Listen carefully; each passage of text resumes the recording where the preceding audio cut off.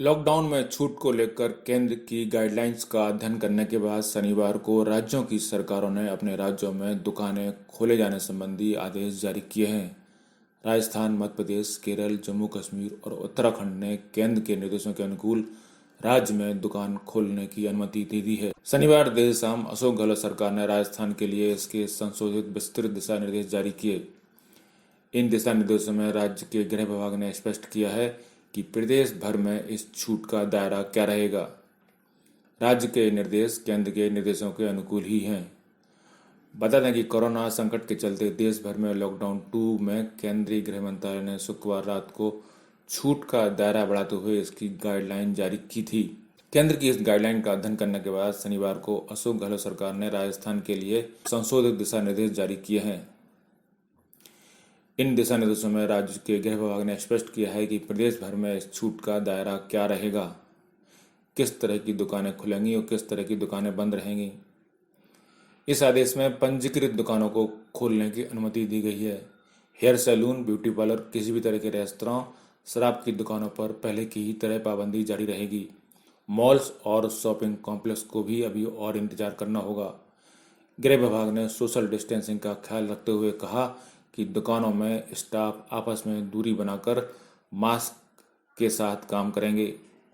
Hair salon या बाल काटने की दुकानों को खोलने का आदेश नहीं है।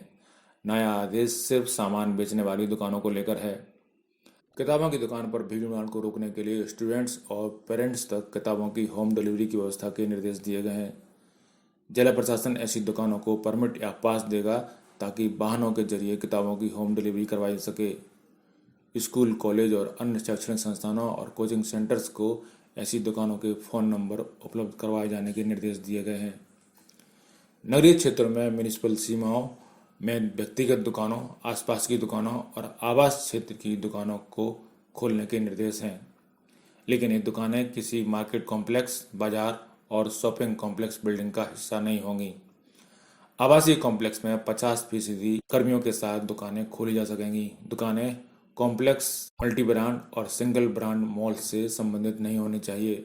सरकार ने सोशल सेक्टर में राहत देते हुए वरिष्ठ नागरिकों के घर के लिए बेड साइड अटेंडेंट्स और केयर गिवर्स के लिए भी अनुमति दी है।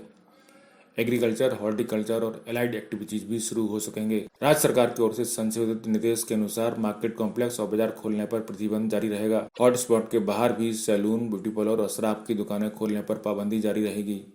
उधर मध्य प्रदेश में राज्य सरकार के निर्देशों के अनुसार सभी ग्रामीण क्षेत्रों में रविवार से सारी दुकानें खोली जा सकेंगी। मुख्यमंत्री शिवराज सिंह ने कहा कि शहरों में संक्रमित क्षेत्रों को छोड़कर, मुख्य बाजार को छोड़कर मोहल्लों की सारी आवश्यक वस्तुओं की दुकानें खोली जा सकेंगी। ये ऐलान केंद्रीय गृह मंत्रालय के आदेश के बाद शनिवार को सरकारी बैठक में किया गया। शिवराज सिंह ने साफ किया कि मॉल, सिनेमाघर, gym, hotel, beauty parlour, salon और मुख्य बाजार को खोलने की अनुमति नहीं है।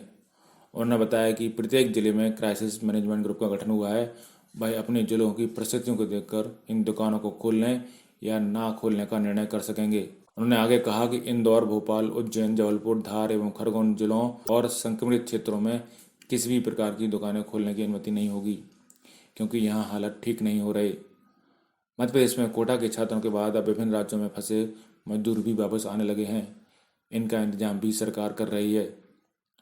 वहीं उत्तराखंड सरकार ने भी 13 में से 9 राज्यों में 7 बजे से 6 बजे तक दुकानें खोलने के निर्देश जारी किए हैं। ये निर्देश केंद्र की गाइडलाइंस के अनुसार ही जारी किए गए हैं।